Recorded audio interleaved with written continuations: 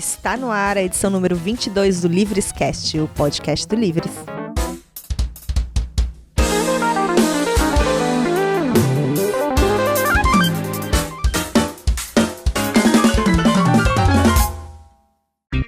Qual o papel dos movimentos de renovação política em 2019? Para falar um pouco sobre isso, para falar como é a renovação política na prática, a gente está recebendo aqui hoje Gabriel Azevedo, vereador de Belo Horizonte, associado ao Livres.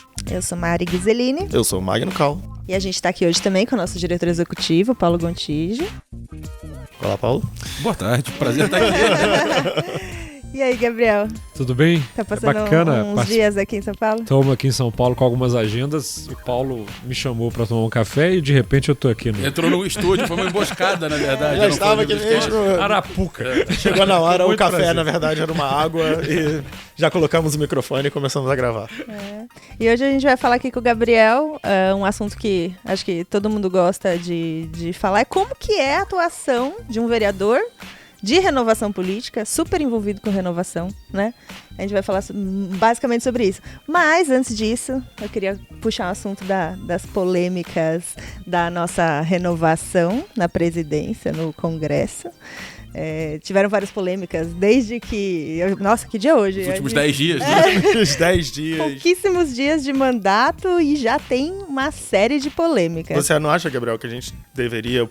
Quando a gente fala em renovação, a gente se prendeu muito em trocar pessoas e faltou qualificar um pouco o que é renovação, porque a renovação não é só simplesmente trocar uma pessoa por outra, mas ao invés de trocar pessoas, faltou, e agora a gente está vendo um pouco esse desencontro, né? A gente tem um monte de pessoas novas que não sabem exatamente o que fazer. Como que é a sua visão, baseado assim, né? Você não só tem uma experiência anterior, foi um cara preparado, mas que já tem dois anos de mandato. Como você vê essa nova onda de renovação que veio das eleições de 2018? É mais uma, né? Ou seja, o Brasil, se você analisa pelo menos o período republicano, não é a primeira vez e não será a última em que as pessoas querem renovar os políticos, né? Em 1930, isso foi feito, né? De uma maneira um pouco mais abrupta. Diferente, talvez. Mas, né, de repente, os tenentistas e uma galera toda falou, olha, essa república está muito velha, nós precisamos de algo novo. Não podiam imaginar, ou até imaginavam que ia ser o Estado Novo, que foi uma renovação. Né? E depois do Estado Novo veio a democracia populista, com o Juscelino falando, vamos renovar. E isso é tão profundo que, por exemplo, no Estado Novo você tem uma revolução sobre todos os aspectos, né? Se constrói um Palácio Capanema no Rio para revolucionar a educação, uma nova era da educação. Quando vem o Juscelino, uma nova capital, e depois na ditadura, um Brasil gigante. E aí nós estamos num período, né, da nova república, nova novamente. Renova em relação às práticas ditatoriais. Ou a nova era, como estão dizendo, né? Sim, eu acho inclusive que a nova república, isso é para os historiadores, mas ela termina com o Temer saindo. O que a gente passa agora, de fato, eu acho que vai ser um novo período daqui a um tempo, porque rompe muito com os agentes, com os personagens do período anterior. De qualquer forma, mais recentemente, para a gente analisar, eu acho que o Brasil passou por 3 discursos fortes de mudança. Em 2010, foi um discurso muito afeito aos gestores. Vocês devem se lembrar, Dilma foi vendida como a mãe do PAC, uma grande... Temos que parar com esse negócio de político. A gerentona, né? Tem que ser uma coisa de gerente. Ela ia na reunião com uma planilha do Excel, né? Tinha toda essa Toda história. uma Era a única imagem. ministra que usava laptop, né? Em Minas foi a Anastasia também, Isso. então ao mesmo tempo, então aquela região. Políticos não, gestores. Aí passou isso e começou a onda dos não políticos. Então, olha, quer saber? Sempre tenta alguma coisa diferente da política, que é uma coisa, né? Bom, mas o próprio Calil, que eu coordenei a campanha lá em Belo Horizonte, chega de político. Hora de Calil. O Dória, né? O não político. Isso lá em 2016. E, recentemente, foi muito rápido isso, essa ideia de renovação. Precisamos renovar os quadros. E que isso é bom? É claro que é bom. Numa democracia, ela não é democracia de fato se os quadros são os mesmos. E aí há que se perguntar para as pessoas o que elas pretendem com a mudança dos quadros. Ou seja, o que eu imagino que esteja ruim na democracia brasileira? a falta de conexão entre representantes e representados. No caso do Poder Legislativo, para mim, é o mais sintomático. A pessoa vai para o Congresso, ou para as Assembleias, ou para a Câmara, e esquece que tem um povo ali, que o mandato não é dela, né? Que é uma representação. Ela lembra no ano da reeleição, né? Só. E no caso das prefeituras, governos estaduais e governo federal, aí você tem uma sensação mesmo de ineficiência. Ou seja, estou pagando um imposto, estou aqui, e o serviço não vem. Então, esses são os dois principais motores das pessoas quererem uma renovação. Adianta, portanto, trocar o parlamentar, seja em qual nível for, para ser alguém que atua da mesma forma? Acho que não. E, da mesma forma, a questão... O Crivella não foi uma renovação? Foi. Pergunte ao Rio de Janeiro se as pessoas estão satisfeitas. Eu acho que eu posso nesse sentido. É muito difícil eu falar isso, mas acho que eu posso falar por boa parte do Rio de Janeiro quando eu digo que não estão satisfeitos. E veja, as pessoas quiseram, naquele momento, despejar um modelo político e tentar um outro. Uma coisa importante, quando ele foi pro segundo turno com o Freixo, ele ligou pro Freixo e falou: derrotamos o PMDB. Como se fosse rompemos com a ordem vigente do Estado do Rio de Janeiro. Bom, se a nova ordem ia ter que escolher entre Crivella e Freixo, o Rio de Janeiro embicou numa... Né? E o Brasil, na minha visão, na eleição presidencial, já que você está me perguntando das polêmicas, né? Você somou as duas coisas, o Brasil saiu de um período de 16 anos de um governo populista, autoritário, iliberal e majoritarista. E começou um novo governo populista, autoritário, iliberal e majoritarista. Só mudou lulismo por bolsonarismo. Nessa última semana, o que me chamou muita atenção é assim, vamos pegar o fato, para mim, típico do Mourão, né, do filho dele. Gente, se fosse, vamos dizer que fosse a Manuela, e a filha dela tivesse na mesma situação, nós veríamos pessoas que ficaram a semana inteira encerando e passando pano pro fato. Demais. Mas assim, numa passação de pano que dava gosto. Aliás, fazia tempo que eu não escrevia textão no Facebook, eu resolvi fazer uma e deu para análise. dividir muito bem entre o polo do governo, dos apoiadores, quem é aquele cara que, bom, apoiou, mas não perdeu a massa crítica, e aquele que está disposto mesmo a passar os próximos 4 anos encerando. Essa pessoa, compre muito pano de chão. Porque vai precisar encerar muito. E aí a polêmica é disso. Ou seja, é um governo que renova em algumas coisas, mas repete muito outras, com sinal trocado. Perguntar uma coisa, misturando as duas coisas. Como vereador de Belo Horizonte, lá você tem o contato com muito da velha política, tá ali do seu lado o dia inteiro, né? A gente estava contando aqui quantos tem o sobrenome da ambulância na Câmara dos Vereadores? De Belo Horizonte são 3. 3 da ambulância.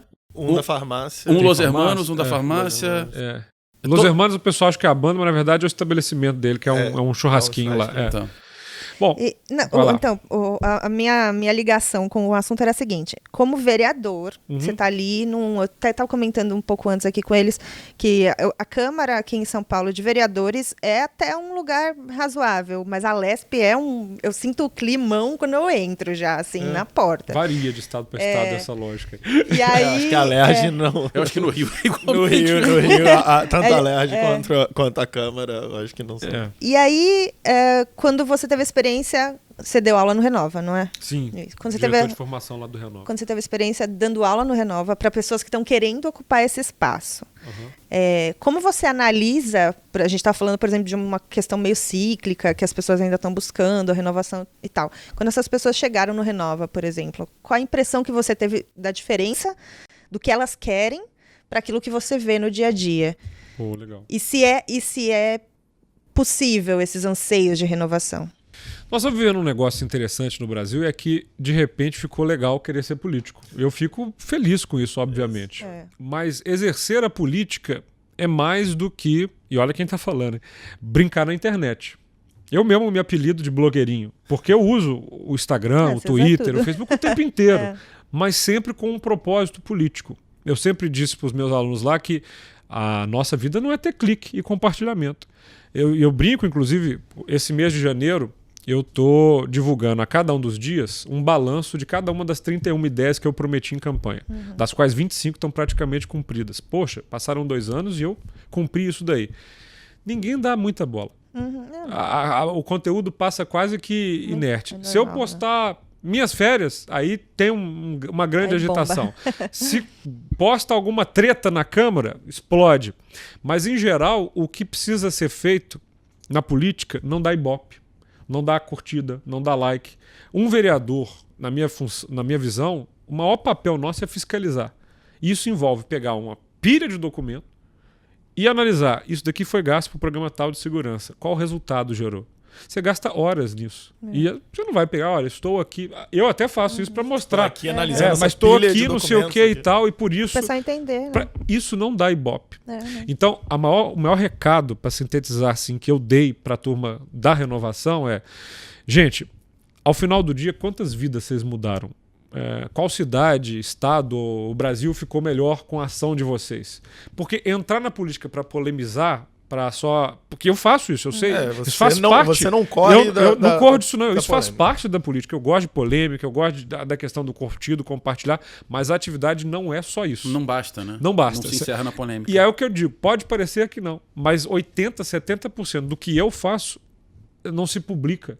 Ou seja, assim, você ficar horas analisando um projeto de lei como o plano diretor, com quase 200 páginas, inúmeros mapas anexos, rua por rua, indo na rua, conversando com o morador, falando, você acha que essa mudança aqui vai ser positiva e tal? Isso toma um tempo do seu dia absurdo. E você pode, obviamente, usar a comunicação para divulgar isso tudo bem. Então, da turma toda da renovação, ou seja, eu sou da RAPS, sou do Renova, sou do Politize, estou aqui no Livres. A gente sente uma coisa comum que é essa ânsia de mudar.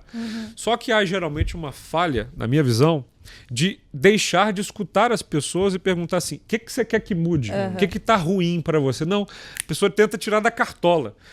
Uma brincadeira que a gente fez no curso, o Paulo, eu lembro disso assim, quem aqui vai defender a bandeira do empreendedorismo? Todo mundo. 50%. Todo mundo. Aí o Albertinho, que estava dando aula, né? Por que você vai defender isso? Você tem empresa? O que você entende do Você sabe assunto? alguma coisa sobre isso? Tipo assim, quais Legal, são as legal essa pautas? lógica. Quais são as pautas de quem quer empreender e o que ele precisa que melhore? Silêncio. Por quê? Legal. Porque, na verdade, a pessoa quer ser político, o que é justo. Aí, depois que ela quer ser política, ela cria as pautas, porque tem que ter alguma, né? Não adianta só ser político. Então eu falo, faça o caminho ao contrário. Tá uma romaria, meu gabinete, sabe assim? Toda semana umas 20 pessoas. Eu quero ser político, como é que você me ajuda? Eu falo assim, qual é o problema que você quer resolver? Muito bom. Ou seja, muito bom. qual é a sua causa verdadeira? E aí as pessoas travam. Muito bom. Elas ficam assim, isso pra Eu não mim é tinha renovar. eu não Isso tinha pra mim é essa renovar. Assim, sensação. tem um problema. O Brasil tá cheio de problemas. Qual é o que você vai resolver? E Mas você porque tem eu fui atrás da política porque eu queria resolver os problemas. Isso. Aí eu percebi, não dá pra resolver. Não dá pra resolver. Dá pra resolver, mas tem que focar, tem que ter trabalho. Não sei o E quê. você tem um app premiado, muito utilizado, bem diferente do que a gente costuma ver nos mandatos por aí. Queria que você falasse um pouco do app. E se você enxerga, além do app, quais são as outras formas que você enxerga que as pessoas podem... A gente conversa muito, você vota, é como se você passasse um cheque em branco, né? Principalmente Depois no legislativo. só de 4 anos. Depois de 4 anos a gente vê, mas por enquanto vai lá, eu te dei o seu mandato. Além do app, como que você vê essas possibilidades? Como que o político pode E ficar fala mais quais visível, são mais... os aplicativos pro pessoal. Beleza. Bom, basicamente, quando eu fui candidato, eu prometi 31 ideias. A lá JK tinha as 30 em 3 eixos, 10 de cada, e a meta síntese. Tem gente que não gosta muito de JK, eu gosto. Você é mineiro, né? Eu sou mineiro. E o aplicativo, ele visava resolver problema. Qual é um problema das câmaras, das assembleias? Você não sabe o que está votando. Você não sabe qual é a posição do seu vereador. Entra no site e tenta ver se isso está fácil. Ou se alguém te avisa quando está tendo votação. Então, o aplicativo Meu Vereador, a pessoa se cadastra lá, vai ter sessão, chega a mensagem. Atenção, seu vereador vai votar. Muito bom. Ele precisa da sua ajuda. Aí abre, a pessoa tem uma pauta com tudo que vai ser votado, um resumo do projeto de lei, a lei completa, a minha opinião, e todo mundo pode dizer sim, não, abstenção. Igualzinho eu lá em plenário. E a grande diferença é que se a maioria dos usuários votar diferente da minha opinião, eu mudo o voto. O que já aconteceu 5 vezes. Então não é só uma enquete. Eu lembrei de quando eu era criança e via Globo, você decide. Você escolhe o final. Eles mudam. E até hoje foram 5 vezes. E alguma isso dessas vezes aconteceu. você teve a sensação, será Em que... 4 eu gostei muito do que eles fizeram. Tá. A Câmara queria aumentar em 10% o salário dos servidores. A defasagem era grande, eu fui sim. 90 e poucos %. Claro que não. Não, eu fui o único vereador a votar contra. E foi interessante, porque eu falei, olha, servidores, eu prometi, estou cumprindo. E foi aí que o pessoal do aplicativo falou, olha, esse negócio funciona mesmo. Ele realmente não estava mentindo, prometeu e cumpriu. Outras duas eu achei sensacional, aprimoraram o meu mandato, que é data. Câmara vota muito data, né? Dia do Saci, dia da mula e por aí vai.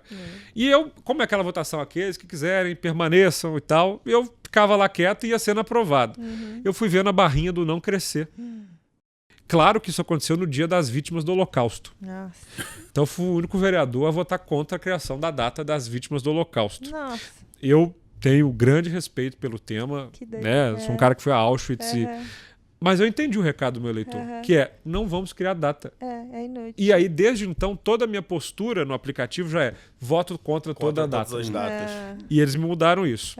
Um quarto foi de subsídio de procurador do município, também no sentido de não aumentar. E eu fiquei puto. E falei no Facebook, estou puto com vocês.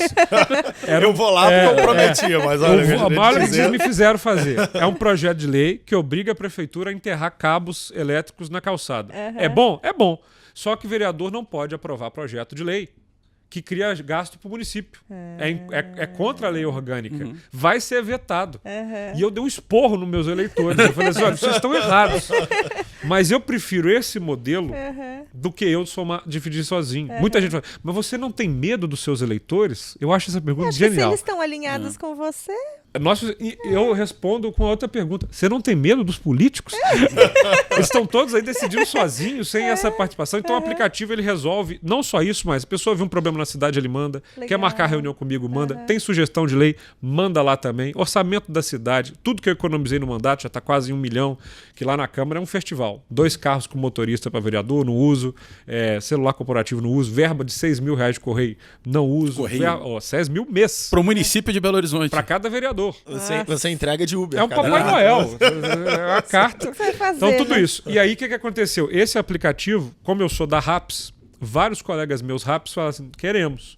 E a gente chegou no momento em que nós criamos o Nosso Mandato, que é um aplicativo com as mesmas funções para os outros políticos. Começou para vereadores, avançou agora liberando para deputado estadual, deputado federal e senadores. Ganhamos um prêmio semana passada e acabamos de nos unir com o poder do voto.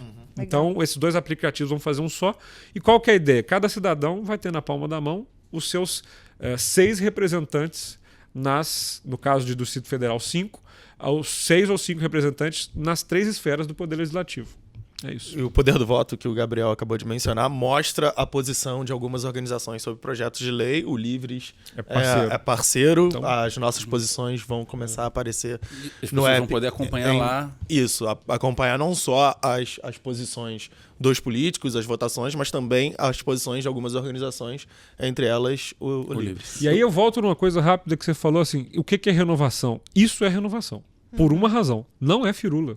Não é brincadeirinha. Eu não tô querendo ser o cool digital, bacaninha, porque tem muito político velho que pega, eu tô fazendo uma página aqui, quer dar aquele verniz.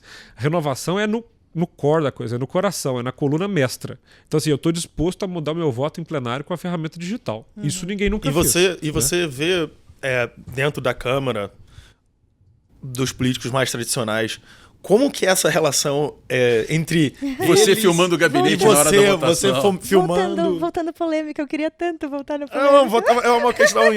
voltando aqui um pouco. Você filmando a briga dos dois, você filmando as pessoas te vaiando das galerias. O líder do governo histriônico passando. Isso. É uma delícia. Como que é essa... Eu também me divirto. Mas eu queria saber como é...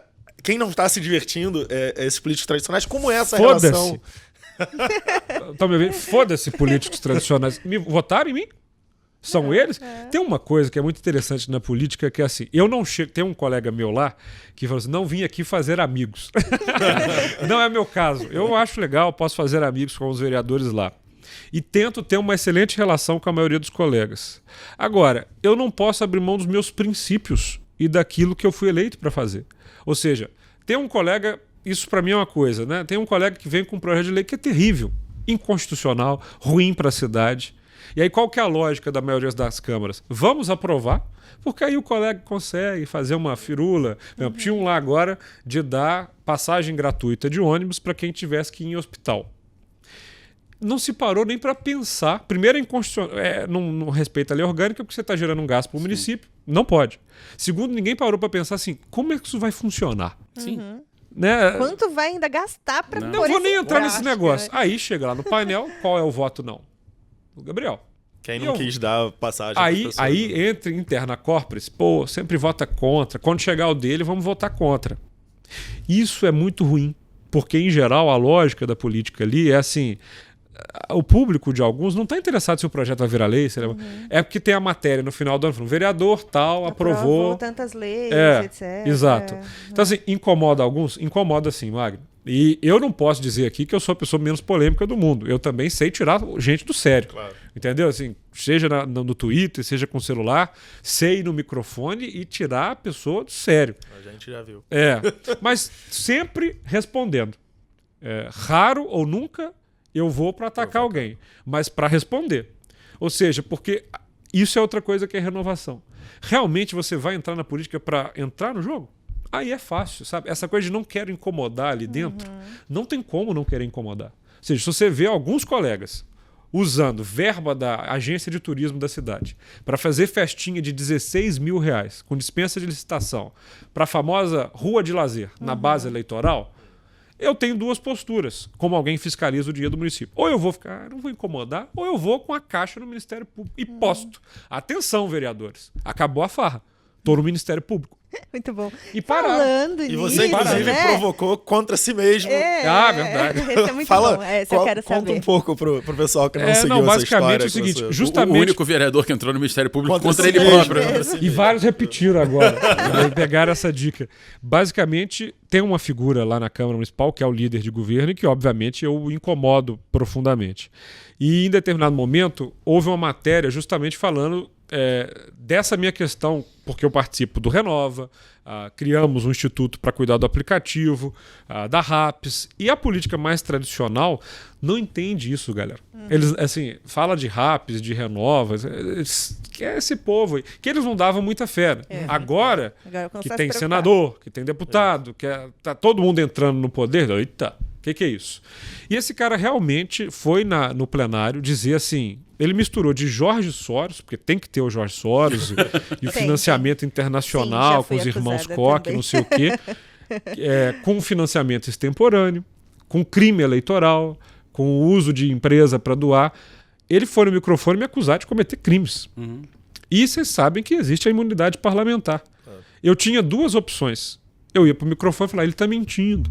É assim, é assado. E eu ia chafurdar na lama com um cara que já foi caçado, que, assim, imagine. Tem um lá de Belo Horizonte que eu brigava, pô, não briga com ele. Num belo dia, polícia vai na casa, prende, tá com a tornozeleira.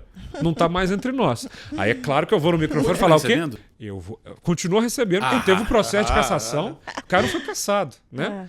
Bom, mas eu vou no microfone falar, eu avisei. É o que teve o assessor lá e você falou... Me ameaçando de morte, inclusive um cara, assessor dele, foi preso anteontem com a bagatela de umas 10 armas no carro, identidade de polícia civil falsa. Gente, esse é o nível de Câmara Vereador. É nesse lugar que eu tô brincando. Então, quando alguém me vê bravo ali xingando, não acho que eu tô passeando, não. É que às vezes a gente lida com bandido. Então, nesse caso, o cara foi no microfone me acusar de uma série de coisas que eu não fiz. Eu não quis bater boca. Falei, bom, ele vai falar isso aí, vai fazer um vídeo de WhatsApp, vai espalhar, porque assim hoje as pessoas precisam acreditar que você é culpado de alguma coisa. Eu falei, já sei. Fui no Ministério Público e pedi uma investigação. Contra quem? Contra mim. Tô bom, o vereador tal tá falando que eu fiz isso. Eu gostaria que eu fosse investigado. Abra meu sigilo, pega minhas contas, vai lá, não sei o que e tal. A investigação terminou agora. Não, o Gabriel não é culpado. Muito bom. E aí qual jornal publica? Nenhum. Nenhum. Mas é uma coisa que você tem que ter, porque quando é a época da campanha eleitoral, nós, gente, que não compramos voto, que não damos dentadura, que não damos sola, nós não fazemos isso, nós temos uma coisa, nossa imagem. É frágil demais o mandato que a gente faz, porque se vem um cisco, eu brinco assim, se eu tropeçar num gatinho, se eu atropelar um coelhinho, ferrou. Então a gente tem que cuidar da nossa credibilidade o tempo inteiro. E assim, eu recomendo todos, bancada da liberdade nossa, que assim, a nossa ética, a nossa mulher de César, ao extremo, claro. Não basta ser, tem que parecer. E calou a boca dele. Porque ele não voltou mais no microfone para me acusar de nada. Você tá voltando. E recentemente ele fez outra coisa, me acusar de prefeito. Fui de novo no Ministério. Ele vai ser convocado, o prefeito vai ser convocado. Vamos parar com essa coisa de querer puxar a gente pra lama que vocês charfurdam. Não é todo mundo que tá em política pra fazer. Mas foi bem mais criativo, porque normalmente as pessoas abrem processo por difamação, né? Isso, não adianta. Claro, porque tem a imunidade Não adianta. parlamentar. Você não Foi processa muito mais um legal. parlamentar. Esse é o que ele queria. Porque aí você processa ele por estar caluniando, ele vai lá na justiça e fala assim, eu tenho imunidade. Você mencionou agora o prefeito, você coordenou a campanha do prefeito. Teve isso. E é muito vocal, né, nas suas posições. Agora, principalmente na questão do transporte. Queria que você explicasse como essa relação... Você se elegeu pelo partido do prefeito. Sim. E é um entusiasta das candidaturas independentes. Então você está mostrando um pouco na prática essa Eu independência, questão da né? estou próximo de realizar esse sonho, porque o PHS não atingiu cláusula de barreira. Você é o único cara que advoga contra o próprio partido. Eu não chego a advogar contra, eu só não advogo a favor. São coisas distintas. Mas é porque eu decidi ser candidato e, obviamente, tem essa porcaria de buscar um partido. E qual? E vários que me sentaram comigo, eu falei, bom, eu me filio, mas eu quero assinar um documento onde eu estipulo uma independência, uma cláusula de independência. Eu estou aqui abrigado, mas as pautas, eu não vou depender do partido, não vou seguir o estatuto, uma coisa meio disruptiva também. Não vou seguir o estatuto do partido, estou liberado disso e tal. Não sou o primeiro caso, o PPS já fez isso, a rede prevê isso, né? A rede bom, e fiz isso com o PHS. No meio do caminho, para uma pessoa entender o que acontece em Minas Gerais. Ou seja, Minas Gerais esteve, nos últimos anos todos, entre o PT e o PSDB. Nós chegamos no cúmulo em 2008, 2012, e eu participei da campanha do Márcio Lacerda, em que ele era um candidato apoiado pelo PT e o PSDB na capital.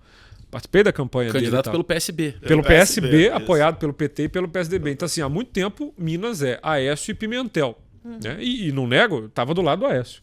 Né? Como muitos mineiros. O Aécio hoje é o que é, mas o Aécio é um cara que foi eleito governador no primeiro turno com 60% dos votos e reeleito com quase 80%. E foi eleito senador também. Não, e com a popularidade de 90%, porque o Aécio fez, sim, governos em Minas que, quando era Itamar, não sei o quê, há méritos nessa gestão. Mas, de qualquer forma, isso ruiu. Né? E Belo Horizonte, em 2016, poderia ficar, mais uma vez, num segundo turno de candidato do Aécio, candidato do Pimentel. Eu falei, vou avacalhar isso aí. E eu e o Calil éramos muito amigos. Eu sou atleticano, graças a Deus, eu torço para o Clube Atlético Mineiro. Fui assessor do Calil, fui da diretoria do Galo, onde a gente se aproximou. Eu falei, por que você não se candidata a prefeito? E isso foi evoluindo, realmente se formou uma candidatura e eu, além de ser candidato a vereador, coordenei a campanha dele, participei da coordenação. O que me tirou muito voto, diga-se de passagem, porque nós temos eleitorados distintos e porque me tirou tempo. 60% do tempo era eu coordenando programa de televisão, não sei o que e tal. E não podia nem aparecer, porque senão os outros vereadores iam ter um pânico. Chamei ele pelo PHS que eu estava lá. O que aconteceu é que, terminada a eleição, muitos abraços, muitos sorrisos, ganhamos do PSDB por pouco. Senão ia ser o João Leite. Nossa, ia ser terrível para a cidade. Que era goleiro do Atlético? Não? Goleiro do Atlético. Aliás, foi uma disputa atleticaníssima. O presidente do Atlético contra o goleiro do Atlético. Isso era piada lá. João Leite, o goleiro de Deus. Os cruzeirenses tinham que decidir entre o goleiro ou o presidente. E durante o período da eleição para posse, gente, a briga aconteceu por quê? Por causa da eleição da Câmara. O candidato a presidente da Câmara era o sujeito que hoje está afastado com tornozeleira. E o Calil, porque queria governabilidade, queria que eu votasse nele. Que ia ganhar. São 41 vereadores, ele tinha 20 votos, o outro lado tinha 20. E aí, Gabriel? Você que desempata. E eu falei, não. Aí... Bom, imagina, gente, eu faço a campanha defendendo coragem, ética, não sei o quê. Vou lá e voto num bandido para presidente da Câmara? Logo na primeira oportunidade. E aí, gente, aí degringolou. Porque nós paramos de falar. Eu falei, bom, eu sou independente. Não sou um cara oposicionista escroto, não. O prefeito já mandou para a Câmara 40 projetos de lei. Eu votei a favor de 34, contra 6. Me parece uma média muito tranquila. Eu votei mais a favor dele do que o vice-líder de governo dele. Pra vocês terem uma ideia. Eu nunca coloco a cidade, ou o que é de todos, acima abaixo da política. Entende? É essa a prioridade. Então, para mim não é surpresa, porque também eu e o Calil, não somos figuras fáceis. Né? Não temos um gênio tranquilo e somos muito, digamos, incisivos nas nossas colocações. Essas colocações. Calil um twitteiro famoso por um Eu tempo. criei o Twitter dele. Pô, quando eu tava lá no Galo. tiradas. Então, deixa eu aproveitar esse gancho aqui, porque eu acho que tem uma coisa interessante da comunicação, da nova política na internet, que é uma coisa quase sem barreira. Né? Você mostra o gabinete, você mostra como é que faz as coisas, que você começa a tirar as... Você mostra suas férias, né? O Gabriel É isso que eu ia falar, assim. Aí você chega no nível pessoal, né? De mostrar reunião de família, férias, não sei o que e tal. Isso é uma exigência do eleitorado? Ou é uma coisa que naturalmente flui? Cara, o negócio é que assim, a internet surge, eu acho, não sei na vida de vocês, na minha, no sentido de mídia social, com o Orkut em 2003, 2004. Eu lembro que eu estava no colégio militar, estudei lá, eu era presidente do Grêmio de Cavalaria, presidente disso e tal, eu fazia uma atividade, tipo um acampamento ou uma festa, eu tinha uma máquina, eu fazia as fotos daqueles filmes de 24 fotos, 36, revelava para expor no mural da cantina no dia seguinte, para os associados, não sei o quê. O que é isso? Isso é mídia social. Entendeu? Assim, ou seja, eu estou usando um mural para colocar as fotos, para conseguir mais... Tal. Veio o Orkut, isso foi para a página de Orkut, não sei o que. Eu sempre fui muito comunicativo. Quando a internet veio, isso... Se você for, o Orkut não existe mais. Mas eu estava lá o tempo inteiro. Assim que criou o Twitter, 2008, eu comecei a twittar. E eu sempre me interessei muito por política. Então a internet sempre foi um espaço em que eu usei também para fazer política, mas também para tocar a minha vida. Então, eu tenho um blog, eu escrevo artigos que não só de política. Eu vou de férias, eu posto uma foto minha em férias, como qualquer pessoa faz. E eu acho, dando aula para os políticos lá de renovação, e a gente fala isso, não dá para ser um robô. Não dá para... Não, a minha mídia social é só institucional. Não é aquela coisa assim, só em posições de poder, em cima do palanque, fazendo discurso. Exemplo típico. O que lhe parece mais verdadeiro e genuíno? É Natal.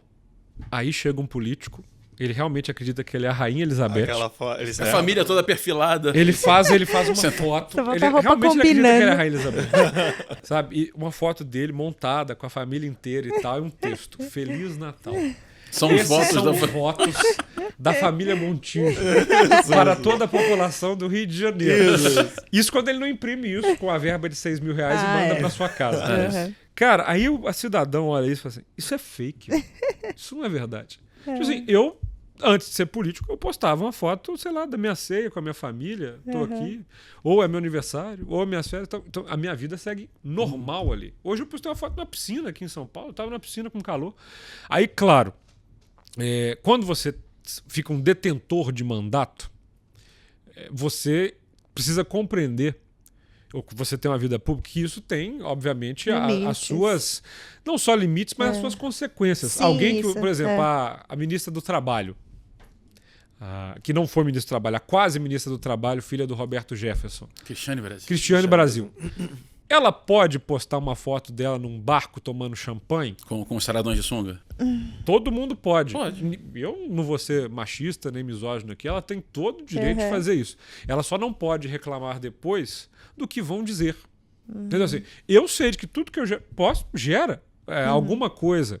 E aí, entre a vida humana, né, a sua vida pessoal, a vida política, você tenta imaginar um equilíbrio. Eu só sei que, se as minhas mídias sociais fossem o diário oficial do vereador Gabriel Azevedo, hoje protocolamos isso, hoje não sei o quê, a minha comunicação não seria eficiente. Não. Porque o cidadão e o político Acaba eles também criam um grau de empatia. Né? Isso. E na hora que você posta uma música, ou uma atitude, ou uma saída com amigos, você está, de certa forma, mostrando qual é o bicho, qual é o humano que está atrás daquele mandato. Né? Traz a pessoa para perto, claro. né? Que para funcionar esses aplicativos, as pessoas precisam querer também estar perto. E tem né? outra coisa, né? Que você perguntou como é que você faz. Às vezes eu posto a foto num bairro. Estou visitando o bairro tal. Na mesma hora chegam 5 alguém. mensagens. Sim. Passa aqui na padaria. Vem, eu só estou aqui porque o Gontijo viu minha foto de São Paulo. Você tá em São Paulo? Tô. Eu, na segunda-feira eu tava no Rio. Postei. Tô no Rio, porque eu gravo lá o My News. O Ferreirinha, deputado estadual, vamos tomar um café que eu tô precisando não sei o quê. O Calero, pô, vem, não me avisa, não sei o quê. Mas pelo jeito você tá dando conta, né? Tá, aqui sempre nós rodamos muito. Mas Mas estamos em recesso, hein? Estamos em recesso. Verdade. está faltando a Férias. sessão. Férias. Mas, Gabriel, como é que você consegue, ou você não tem um certo temor, porque a gente está falando aqui da parte benigna, né? A parte benigna é, nossa, você está em São Paulo, aparece aqui, chega aqui, vamos conversar, vamos tomar um café. Claro. Como você lida com essa parte- outra parte? Eu te conto. Né? Eu te conto com facilidade. Eu fui para um casamento na Itália e o erro foi meu. Eu sempre falo que a gente é que gera os problemas. Todo político, ele que gera os seus Ele problemas, que não é gera o o outro que problema. gera. E eu não me aguentei, porque né, esses dedinhos nervosos aqui, e gostam, tava na Capela Sistina.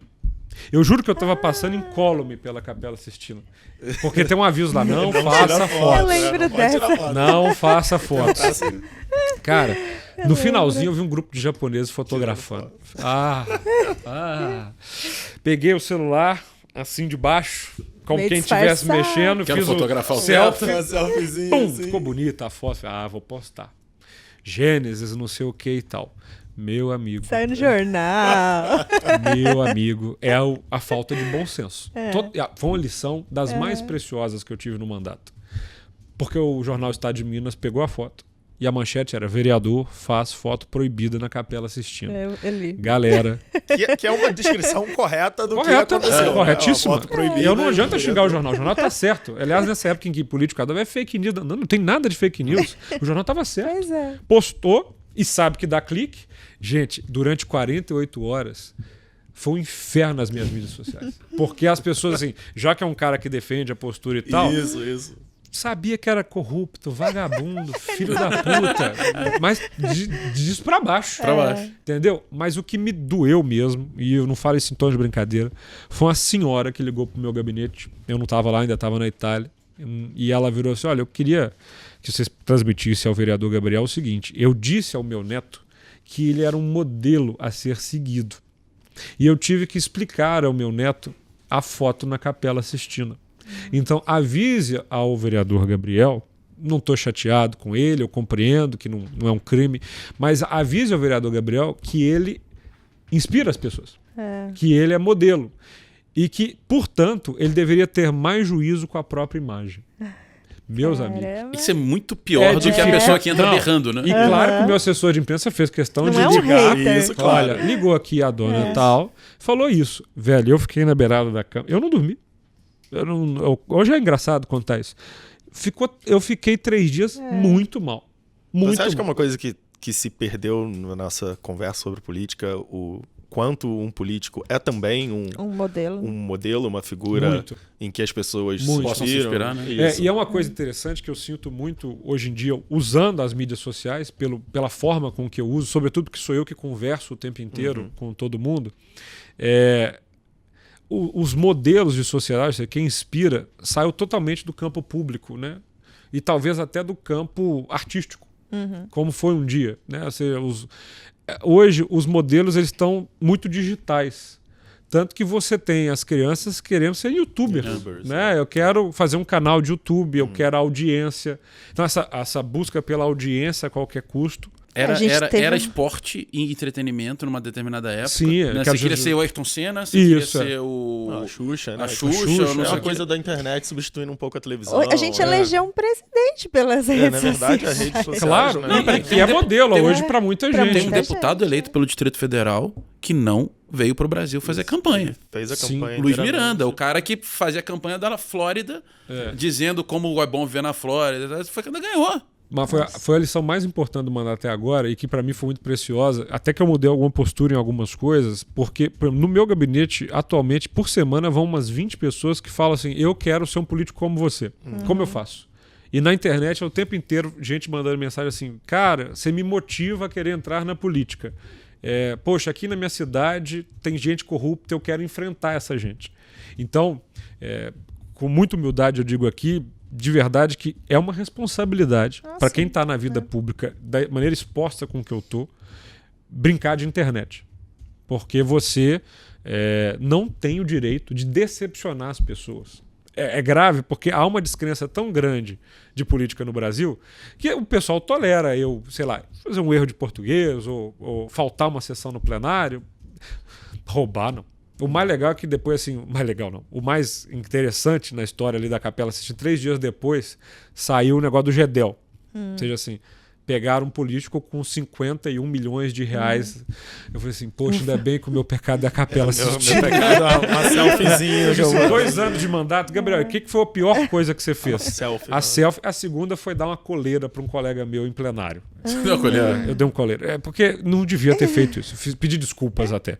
Mas é que ele estava sendo muito sabujo do governo. Hoje é um crítico total. Aí eu falei assim, ó, o senhor me recorda muito como chama a moça que usou uma coleira com Ike? Luma de Luma Oliveira. Luma de Oliveira. Ainda foi acusado, obviamente, de machista, misógino e tal.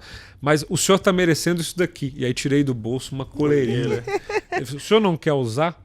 Nela vai assinar o nome de Paulo Lamac, que é a pessoa que te alimenta, dá água em ração. Gente, não se faz isso. Desculpa.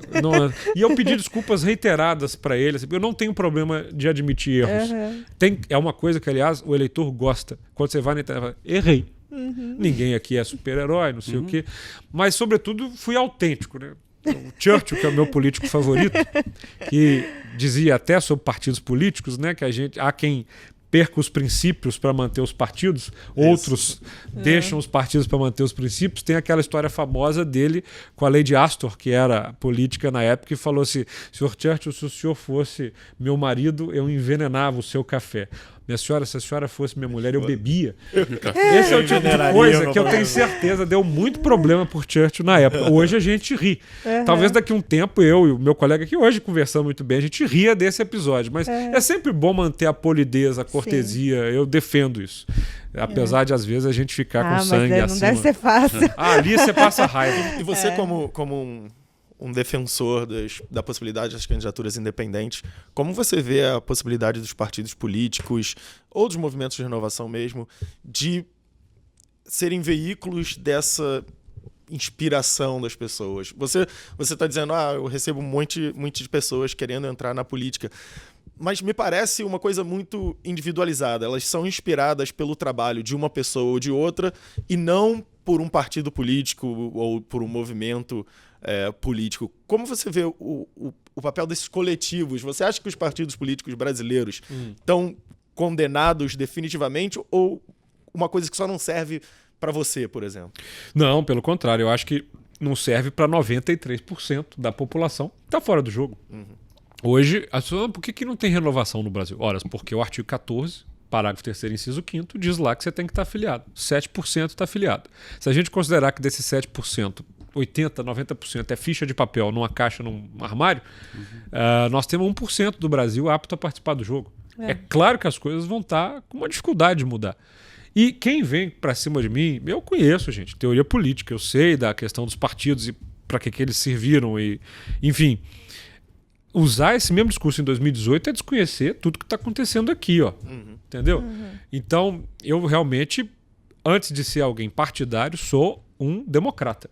E sou um radical democrata, que estuda a democracia, que compreende que ela surge ali, num período grego, não dura muito tempo, porque ela é atacada o tempo inteiro por gente que se acha melhor, mais iluminada, mais experiente, porque, né, acaba. Ela só é recuperada, nossa, muito tempo depois que a gente passa pela Idade Média, olha, realmente, né, o Santo Tomás e o Santo Agostinho começam a pegar as coisas do Aristóteles e tal, olha, e aí vem Revolução, democracia na América, para a gente ter mais uns 300 aninhos aí de democracia. E quando ela começa, lá no Reino Unido, há uma reforma eleitoral em 1832 que bota muita gente para votar nas cidades. E é aí que você tem uma gênese do modelo atual partidário, que é o partido de massa, como o Weber gosta de definir. Que o partido, na verdade, gente, não é uma máquina de democracia. O partido, ele é uma máquina que garante a vitória eleitoral. E se esse é o principal objetivo, política pública, soluções para a cidade, democratização da sociedade, ficam todas em segundo plano. Sim, e eu digo, eu não tenho nada contra os partidos. Eles podem continuar existindo. Aperfeiçoados? Nossa, devem ser muito aperfeiçoados. Sobretudo no aspecto democracia. Gente, há partidos que se dizem inovadores, cuja democracia interna é a mesma do, sei lá, do PCO. Não existe. Não existe. É partido com dono. E quem tá lá dentro fala isso. Cara, tem um dono aqui dentro. Entendeu? Então, assim, não adianta você criar um aquário, aí você bota todo mundo lá dentro, e essas pessoas, claro, pensam igual. Né? Porque o partido, ele é um lugar pra gente que pensa igual. Por definição. Como? Como? Agora, deixa eu te fazer uma rápida provocação aqui. Sempre.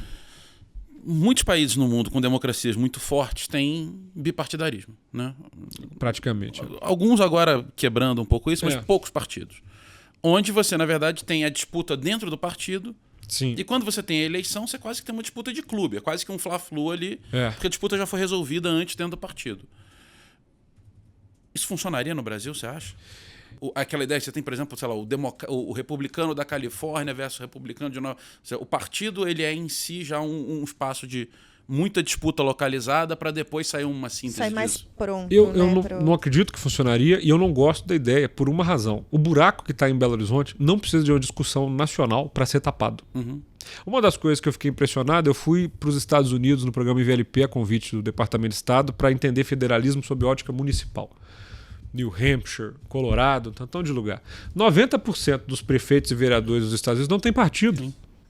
Isso é verdade. São disputas absolutamente locais. Aliás, metade das cidades americanas não tem um prefeito. Tem um administrador contratado pela Câmara Municipal. E aí eu perguntava assim, e as pessoas não questionam se vocês não têm partido? Eles falam, não, partido é uma coisa do Congresso. Aqui a gente tem uma lógica independente. Não é à toa que o Brasil faz parte de 23 países no mundo. Ou seja, 90% permitem candidaturas independentes. Uma fatia pequena não permite. Me parece autocrático, quase oligárquico, você definir as escolhas políticas, a condicionante de um partido. Por que é que em Belo Horizonte ou no Rio de Janeiro, um grupo de jovens ou moradores de algum determinado lugar não podem se unir de maneira independente, construir uma candidatura e ocupar um espaço na Câmara Municipal? Agora, tivemos umas candidaturas em grupo, né? Bancada ativista. Mas aí sim. Mas elas acabam esquema. criando um hackeamento do sistema, né? Elas se abrigam numa legenda como o PSOL. Lá em Belo Horizonte há o movimento das muitas, né? Que é capitaneado até a Áurea virou deputada federal agora. Tem a bancada ativista. Vejamos nós, os livres. Ou seja, participei, um abraço pro Diogo Costa, que é uma das pessoas que eu mais gosto aqui. Comecei a conversar com ele e falei, vamos entrar nessa brincadeira do livros aí. Eu gostei da ideia. Ideologicamente eu me identifico, sou um cara, né, mais liberal na economia, vez ou outra social-democrata, não me matem, mas liberal nos costumes, mas sobretudo liberal político, que é o ponto que eu acho que nos une muito aqui, né? Liberal político, se a gente entende democracia, valoriza. Aí ele me chama, Gabriel, precisamos criar o livros aí em Minas. Vambora. Naquela época em que ainda estava a coisa, né, do PSL e tal. Peguei um político lá que eu achei que podia dar uma sustentação bacana. Fomos a Brasília, sentamos com o PSL. Dele eu ouvi que, né, Bolsonaro não vem pra cá de jeito nenhum e tal. Ouvimos também. Também. Beleza. E a chavinha ia virar quando o Bolsonaro veio, tudo mudou. Olha nós somos um espectro. Ou seja, eu sou professor de teoria geral do Estado, né? O Estado precisa de povo, território e poder. Povo e poder nós temos. Estamos até construindo um aplicativo que deixar isso claro. Falta-nos o território político. Nós não temos uma legenda para disputar as eleições pelo livres. Por quê? Olha que pena. A gente tem que fazer uma coisa burocrata de recolher assinatura. Com altíssimo custo. Não, que só faz, né? Quem tem muito dinheiro. Sendo que eu poderia, em Belo Horizonte, reunir uma chapa de 70 pessoas, disputar a cadeira da Câmara Municipal. Argentina, que a Argentina faz isso. Você tem partidos municipais lá. E você tem, aliás, várias candidaturas do mesmo partido. Claro. Pro mesmo cargo. E como é fluido, Paulo, como você tem uma capacidade local de acontecer... Gente, partido é uma vergonha no Brasil. Minas tem 853 cidades. Há cidades em que você tem uma sala abrigando uns 15 partidos na mesma sala. Essa é a realidade do interior. A coisa do PT e o PSDB em Minas são coligados em 400 municípios, com vice e prefeito, tucano e petista. Horas. Então, assim, vamos parar com essa ideia que é, diga-se de passagem, no caso brasileiro, getulista. Nós ainda estamos... O Brasil viveu partidariamente no Império, liberais e conservadores, que era só para ver quem puxava mais saco dos Dom Pedros.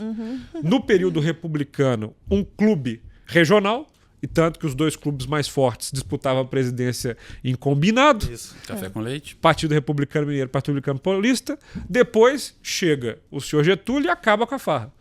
Estado Novo, bom. E isso quando estava surgindo o integralismo, Partido Comunista do Brasil e tal. Aí, em 46, é só em 46, com a Constituição daquele ano, em que muita gente passou a votar, o sufrágio no Brasil é de 46, vamos fazer os partidos, porque nós tínhamos que copiar de algum lugar. Aí surge o quê? PTB, Partido do Getúlio. Tá aí até hoje.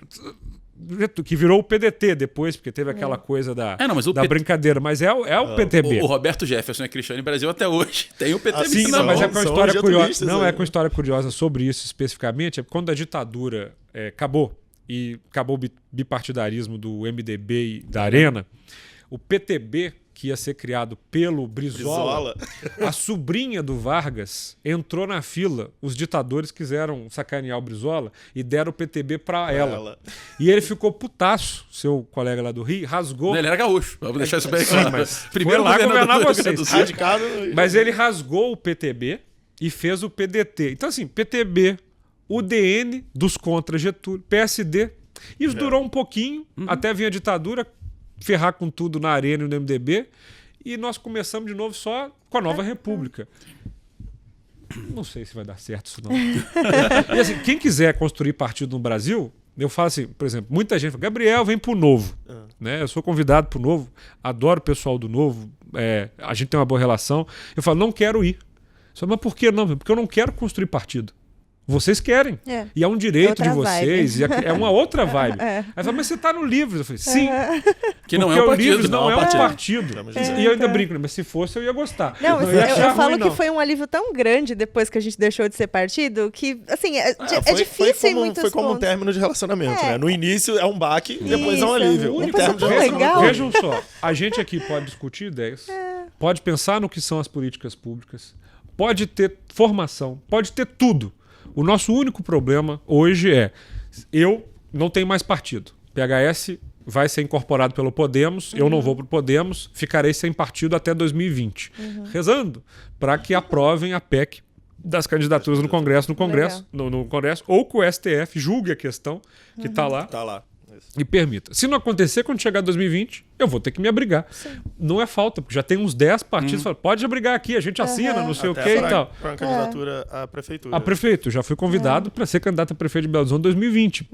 DEM, PPS, vários partidos me chamaram. Fico lisonjeado com isso. Agora, meu desejo profundo é que a democracia brasileira não dependesse mais dos partidos. Só isso. Gabriel, ontem eu estava assistindo um jornal aparecendo um pouco da situação dos estados. E a mais dramática é a de Minas Gerais. Como que Minas chegou a esse estado? Como há 15 anos, para alguém que não é de Minas, o que a gente ouvia falar do governo mineiro era o choque de gestão. Sim. Né, os tempos doidos do governo de Minas. Lá atrás se falava que a vanguarda era Rio de Janeiro, Minas e Espírito Santo. E Pernambuco também. E Pernambuco. Sobrou o Espírito Santo. Sobrou o Espírito Santo. E você falava no choque de gestão, os tempos doidos de Minas, quando alguém pensa, a gente lembra do Itamar Franco resistindo às privatizações. Com tanques, no com Palácio tanques, isso, com os tanques. Mas depois disso... As estradas esburacadas, mas mineiras, né? Isso. Depois a gente tem... Mas não fale mal do Itamar. Não. O Fusca foi um grande resgate do presidente Itamar. Não, mas olha só. A quem seremos eternamente gratos, porque eu lembro apesar de todos os exageros do Itamar, dos 53 ministérios e República de Pão de Queijo. Da República de Pão de Queijo, uma coisa há de se dizer. Né? Foi no governo dele que foi o Plano Real. Foi do governo dele foi um Plano Real e foi uma ilha de decência e lisura pessoal Logo depois de um governo que era um... Então, breve história de Minas Gerais, da redemocratização para cá. Como que a gente chega num estado que tem quase 80% do orçamento comprometido na folha? Você veja, Minas Gerais é o caso simbólico brasileiro. Redemocratiza. Qual que é o grande problema ali? A inflação naquele período, primeiro governador, Newton Cardoso. Não preciso...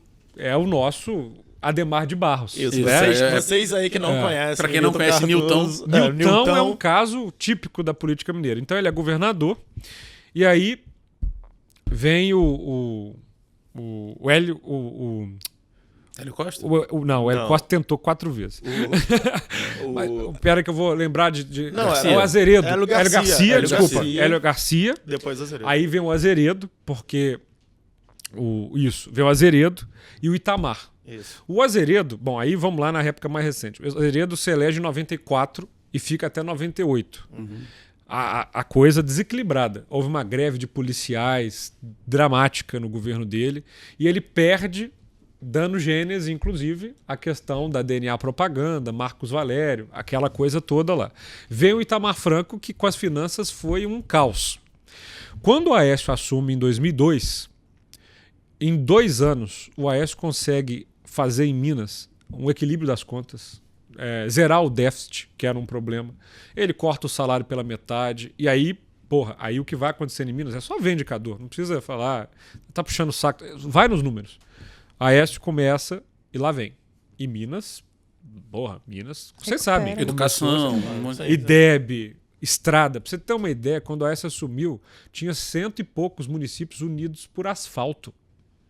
São 853 cidades. No universo de... Une todas as cidades por asfalto. Telefone em todas as cidades. Luz, água, coisas básicas. Então isso tudo foi acontecendo com educação, gestão, construção da cidade administrativa, que muda a lógica. Em 2010, o plano original do Aécio era ser presidente. Né? Ele ia sair do governo de Minas para presidente e teve a coisa com o Serra. Ele acabou não indo e foi para o Senado. E elegeu como governador, sucedendo ele, o Antônio Anastasia. E aí, a crise internacional chegou. E o governo, do qual eu fiz parte, levou tempo a anotar. Insistiu, apesar de alguns gastos que a Anastasia cortou carro, não sei o quê, sabe a coisa de virar o barco? O iceberg bateu. E houve... Eu acho o professor Anastasia, um governador ao qual eu servi, um cara muito preparado, mas eu acho que ele cometeu um equívoco complexo, mas que foi uma opção política. Ele dobrou o salário do policial militar. Então, assim, ao longo de 4 anos, essa é uma das classes de funcionalismo público mais complexas da remuneração. Por quê? Porque um policial militar se aposenta muito cedo. Eles vão me bater que eu estou falando que é cedo, mas... Para quem está acompanhando, 40 anos. É uma idade, vou chamar de cedo, uma idade em que ele ainda vai viver muito como aposentado. Ele possivelmente vai viver mais como aposentado do que nativo. Sim. O baque disso não chegou completo na gestão Anastasia, porque ela foi aumentando gradativamente até 2014. Mas em 2015, quando já era o Pimentel, isso pesou. Então, assim, não vou aqui liberar e dizer, não, os tucanos não têm culpa. Tem. Mas quando o PT chegou no poder em Minas Gerais, aí é só ver. Farra do boi. Putz, os cargos comissionados aumentam pra caramba, a irresponsabilidade fiscal deslancha, e aí é só ver o que aconteceu com a saúde fiscal de Minas Gerais. Ela degringola completamente, e aí vem o resultado básico disso. Salário de servidor não se paga em dia. Não se pagou o 13º. Há anos já, né? 2 anos, não salvo engano. Não é um problema recente. E aí vem o drama maior. O repasse constitucional aos municípios não é feito. Então o prefeito hoje está tendo que começar as aulas depois de março, porque não sei o que e tal. Então é uma obra conjunta. E olha que assim, vocês me conhecem de falta de transparência e independência eu não morro. Eu fiz parte daquele governo. Até ajudei a cortar alguns gastos. Mas não foi suficiente, não. Eu era subsecretário de Estado de Juventude. Coordenava naquela época 82 programas. Tinha um programa que era maravilhoso, que era para combater a evasão no ensino médio. Chamava Poupança Jovem. O jovem que ficasse primeiro, segundo, terceiro ano na escola, o que muda brutalmente a vida de um cidadão, recebia uma bolsa de R$3.000. O Rio tinha uma coisa parecida. Foi inspirado lá no de Poupança Jovem. Ele recebia. Período, certo? A evasão diminuiu. Foi quase a 0. Legal. Eram 8 cidades, não era muito, mas era um piloto. Assim, tudo isso foi teve que ser cortado porque o dinheiro acabou. Então, o Zema, aí vamos continuar a história rapidamente. Pimentel entrega um governo muito complicado e o Zema está com um pepino na mão, um abacaxi. Sobretudo porque o Novo, na minha concepção, não esperava vencer essa eleição. Acho que ele não esperava vencer em nenhum lugar do Brasil. Claro. As candidaturas majoritárias tinham muito mais um papel de alavancar as candidaturas proporcionais. E esse é o risco principal de uma eleição. Você pode até ganhar. Sim. Né? E como eu digo para meus amigos do Novo lá em Minas, eu não acredito que o Zema foi eleito pelo discurso liberal. O Zema foi eleito para destruir o PT e o PSDB. Eu acho que nem o Zema acredita que ele foi eleito. Não sei. As Mas de pessoas já qualquer não forma, assim, aguentavam mais. ele foi. Olha, sua função é tirar o Anastasia e o Pimentel da jogada. Só isso, cara. É mudar o jogo, né? Muda o jogo. Na hora que ele fala, vou vender a CEMIG, eu não sei o que a população mineira pensa disso. Então eu acho que o Zema tem um problema muito grande, dificílimo de ser resolvido em 4 anos. Eu não questiono a competência da equipe do Novo, não. Eu questiono a gravidade. Nós temos um déficit maior do que Rio e Rio Grande do Sul, somados. É muita coisa. E a folha de pagamento batendo 80%. E a folha de pagamento é um problema dificílimo de ser solucionado. E na hora que os professores entrarem de greve? Isso. Porque não entraram no governo do PT, por razões óbvias. Razões que a gente conhece. No do Anastasia foi um festival. Imagina no do Novo.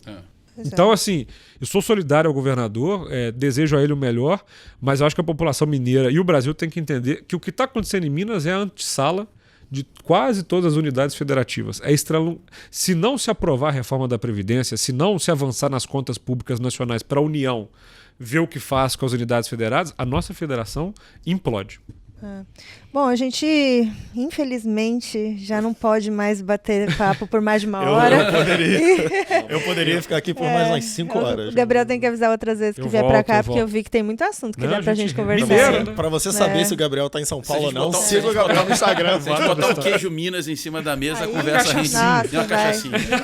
A cachaçinha, os temas vão ficar cada vez mais complexos. A gente ia falar Esperanto aqui. Já tem um companheiro, Magno, pra falar bastante. Sempre, eu falo bastante. Não pode juntar mais o Diogo, porque aí o negócio... Ele não acaba não. Ixi, não acaba O não. Diogo vai muito a BH lá, a gente toma um Old Fashion, que é um drink que a gente gosta de tomar. Muito bom. Gabriel, então todo final do programa a gente dá uma dica cultural pra quem tá ouvindo a gente e eu sei que você trouxe uma dica bem legal pra gente. E aí, Gabriel, qual que é a sua dica então pra gente, sua dica cultural? Bom, eu estava aqui em São Paulo e eu sou fã do Raul Justus Lores, que é editor da Veja aqui de São Paulo. Isso. E como membro do livro, sou discípulo de Jane Jacobs, gosto muito de urbanismo e tal. Bom. E ele tem esse livro aqui, ó, que chama São Paulo nas Alturas. E ele fala justamente da revolução modernista na arquitetura das décadas de 50 e 60, que foi um momento em que as cidades se modificaram muito no Brasil, tendo, obviamente, como carro-chefe São Paulo. Então, os efeitos aqui de São Paulo são visíveis em Belo Horizonte, no Rio. E eu gosto muito de cidade, de urbanismo. E, enfim, sou um cara que... até aproveitar, então, já que você falou de Jane Jacobs, deixar minha dica Morte e Vida das Grandes Cidades. Isso é da minha cabeceira. Porque é uma base, né, pra gente entender uma visão diferente de cidade. Você sabe que todo mundo lá que tem me buscado, quero ser vereador ou prefeito, fala aqui, ó, toma essa listinha. É o primeiro livro, é Jane Jacobs. Pra pessoa nunca não querer fazer mais viaduto. Isso acaba me ajudando, porque minha ideia é trabalhar com políticas públicas na área de urbanismo, né? E você me ajuda, que já deixa vários políticos preparados. A gente fecha com uma outra dica de renovação. Se você quer renovar mesmo, a política tá cheia de gente despreparada, que realmente ignora conhecimento acadêmico, preparo ali e acolá, que acha que é só um jogo, quer ir pra Disney. Não se faz ideia do que um diploma, do que um preparo, de que uma dedicação acadêmica pode fazer numa vida pública. É fundamental. É verdade. Ajuda muito mesmo. E aí, Magno, qual que é a sua dica? Bom, o Gabriel deu uma dica que eu gostaria de ter dado. Eu adoro esse livro. Eu falei já li, falei com o Raul. Há uns meses eu escrevi no Twitter que o São Paulo nas Alturas tinha sido o livro mais recomendado a mim em 2018. Eu morei fora do Brasil há muito tempo, então todas as vezes que eu via um Brasil, eu perguntava no Twitter, brasileiros, qual foi o livro que foi lançado no Brasil nesse ano que eu deveria ler? E São Paulo nas Alturas foi disparado o mais recomendado, comprei, li, adorei. Então eu teria recomendado esse livro também. O que eu vou recomendar hoje é um livro chamado, eu até anotei para não esquecer que é grande, Minha Noite no Século XX e Outros Pequenos Avanços, do Kazuo Ishiguro, que ganhou o Prêmio Nobel de Literatura ano passado. Na verdade, esse livro, publicado pela Companhia das Letras, é um livro curtinho, pequenininho. É, na verdade, o discurso de aceitação do Prêmio Nobel dele. Olha. Então, é um livro curtinho, rapidinho, muito legal. Ele fala da vida dele como... Ele é um escritor que nasceu no Japão, foi muito cedo para a Inglaterra. Da vida dele, como ele se descobre escritor, das coisas que o influenciam. Tem uma coisa de música, ele fala um pouco da música, como da voz como veículo de transmissão de sentimento. Então, para ele, quando ele está escrevendo, ele pensa numa voz, ele pensa num sentimento, que é aquela voz, e ele tenta reproduzir nas páginas o sentimento que ele capta pela música. Então, é muito legal. Para quem não tem muito tempo para leitura, uma coisinha pequena, um livro de no máximo 60, 70 páginas.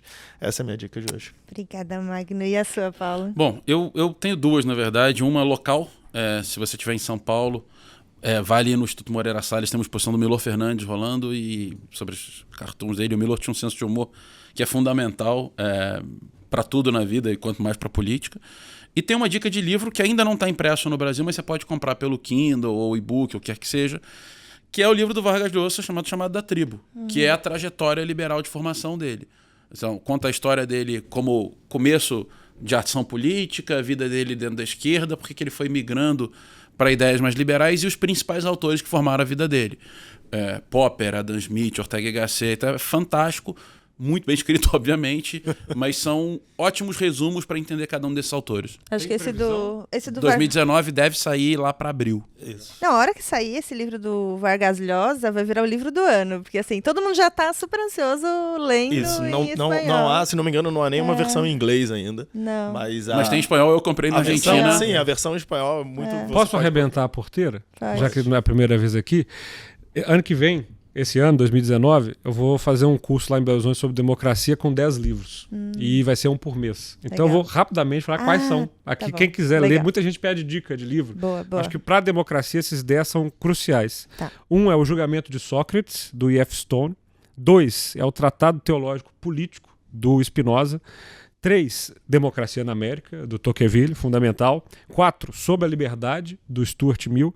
5, Os Escritos Políticos Escolhidos, de John Dewey, do Augusto de Franco. 6, O que é Política, de Hannah Arendt. 7, A Invenção Democrática, de Lefort. 8, Sobre a Democracia, de Robert Dahl. 9, Conversações Patriarcais, do Humberto Maturana. E, por fim, esse cara foi Prêmio Nobel de Economia, o Amartya Sen, e um jornalista japonês perguntou para ele qual foi a maior conquista do século XX. E o texto é genial. Vale a pena ver. Bom. Maravilha. Depois a gente coloca lá por escrito, o pessoal não perder, Depois, né? durante o... Não, e é uma lista, assim, bem diferente do que eu tô acostumada. Eu tô interessada. É uma das demandas que a gente mais recebe no Livres. Da dica de leitura. Essa ordem é interessante. Essa são ordem, dicas de Justamente tem uma para lógica. já começar a entender Tem uma por que ordem mataram o histórica. Sócrates. Por que um cara resolveu ali, em plena democracia de interesse, falou, não, esse negócio de todo mundo participar da política dá errado.